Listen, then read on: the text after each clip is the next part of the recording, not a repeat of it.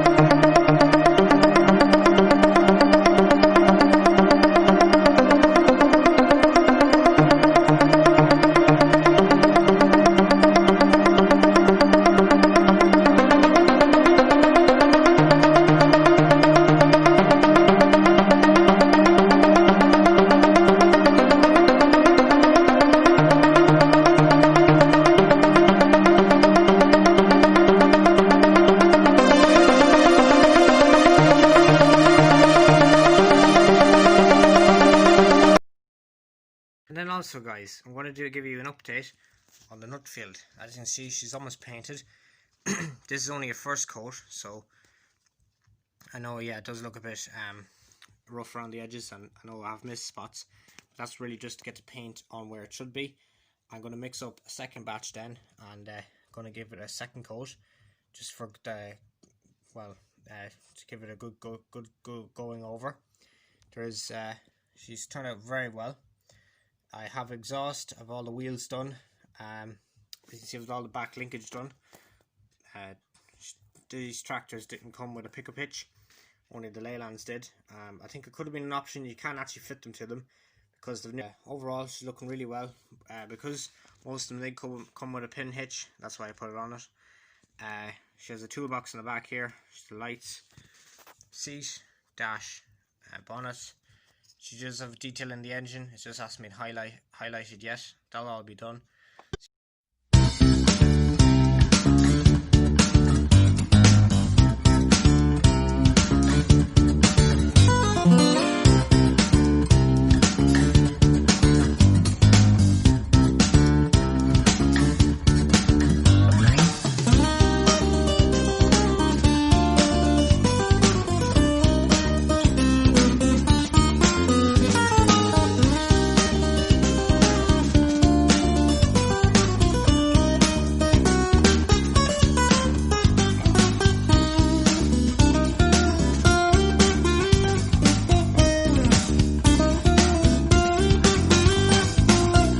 Very happy with the back.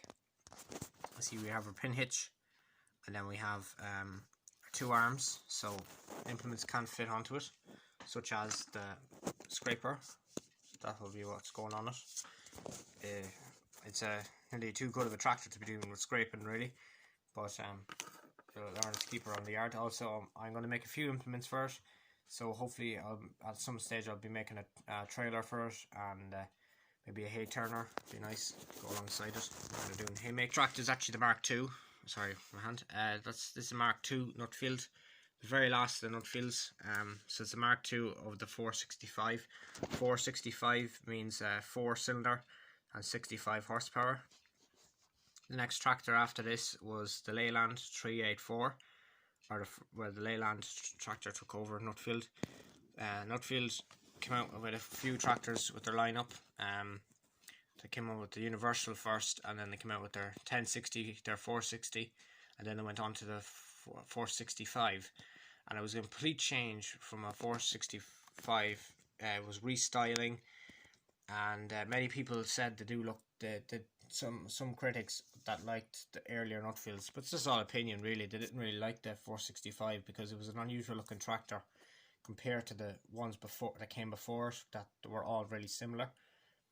Yeah, so all it was restyled a whole lot, but then it was retained. Most of the details were retained in the 384. The 384 is identical to the 465, except it had a few more tweaks on the engine to give it up to 70 horsepower, and a few improvements here and there, and it was painted blue obviously.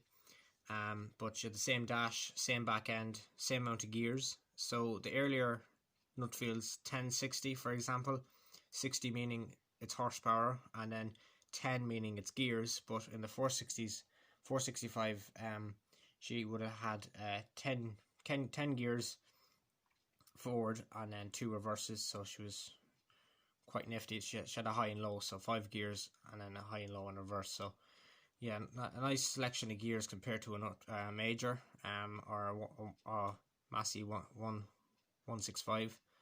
So yeah, they were very high respected that way. They're a lot of gears for their size. They weren't synchro, so you'd have to stop when you're changing gears. But yeah, very reliable. Great back end. The back end was so reliable that they really changed it when they went onto the Leyland, and throughout the Leyland range you can still see the similarities between a Leyland, even a Leyland 270 and a 465 Nutfield. They identically said they did look like sports cars with the dash they had in them. It looks like you were in a sports car compared to the other dashes of the earlier tractors and the ones that were on the market at the same time as the 465. And yeah, that's about it.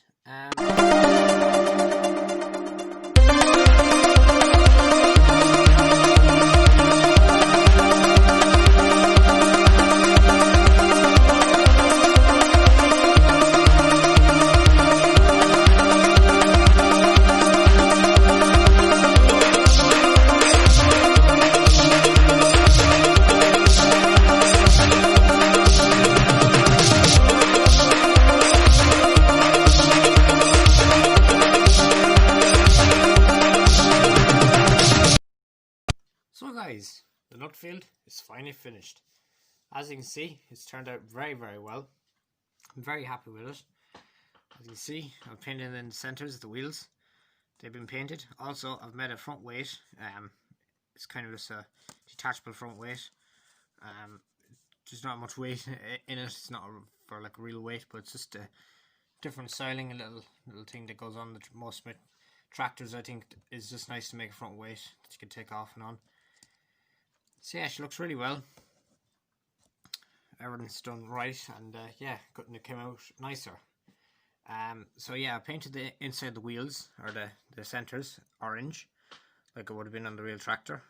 To the back, I added on a plough lamp, as you can see on the left or the right hand side there, which is a pin hitch. If you want to check out, I'm going to leave you a link at the end of this video on how I made the arms for this. So how I bend the bar, and it's just a bent bar. It can move, but on this one it's a bit more stiffer than on what's on the Leylands. She has the toolbox at the back. It's toolbox. This side, that's where the wheels should be. It's just the far side, it's slightly bit damaged. No problem though. Nutfield came out, the Nuffield badge came out very well on this side. So yeah, she looks really well. I'm very happy with the grille, the front face of it. You can see the badge, the front 2 headlights, and then also the BMC badge at the top. BMC, so it's a BMC diesel badge. That came on the diesel, or only the tractors are powered with a diesel or BMC diesel engine. Some of these had Perkins engines in them. Very few though. Perkins can be pretty rare in Nuffields. But yeah, it looks really well. I put in a cushion for the seat, as most of the cushions were painted green, or were green, one painted. White steering wheel. So the Nuffields with the white steering wheel, in particular on the 465s, that symbolised that you had power steering. The ones that had black steering wheels didn't. They didn't have a power steering. They were just manual.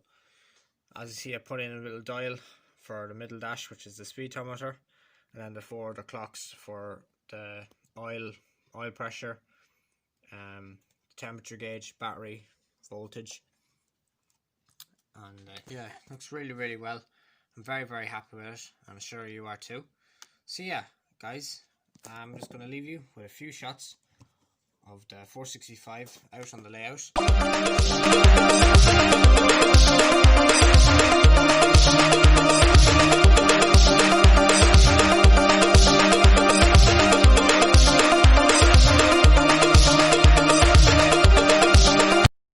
So guys, as you can see here in the big shed, we have the Nuffield, the 135 Massey, and the 482 Leyland. They look really well side by side, and not out of scale anyway.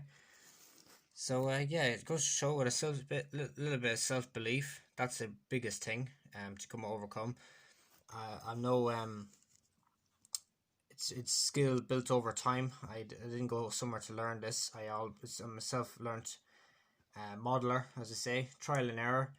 The biggest thing is motivation, and the biggest thing is don't give up, because there was a few attempts at the Nuffield in the past, and I never really kind of warmed up to it. But eventually I just got around to when I finished the 135, and I was very happy with the 135.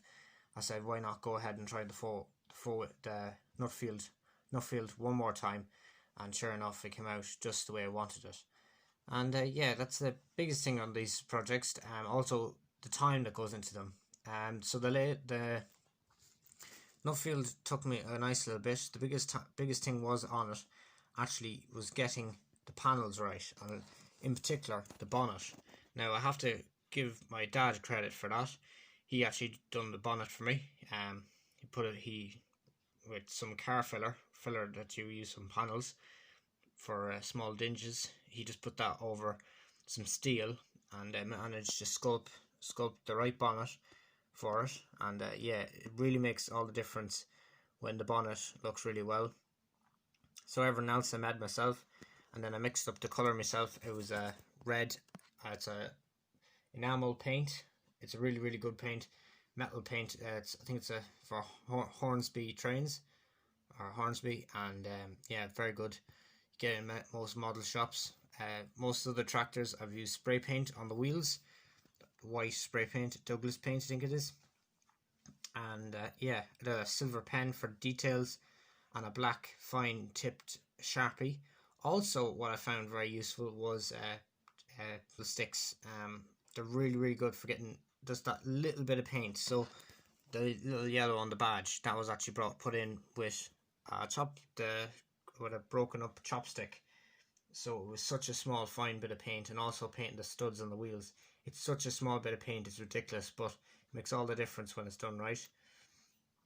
But yeah, she looks really well, and yeah, she'll be a pride of place here on the farm. Hopefully she will be featuring in this week's Stratton Top Farm. So Stratton Top Farm series every Sunday. So I do a day on the farm, and I just go around the farm. There'll be different things happening, and yeah, sure to see you there. So thanks for watching, guys, and I'll see you again soon. Bye for now.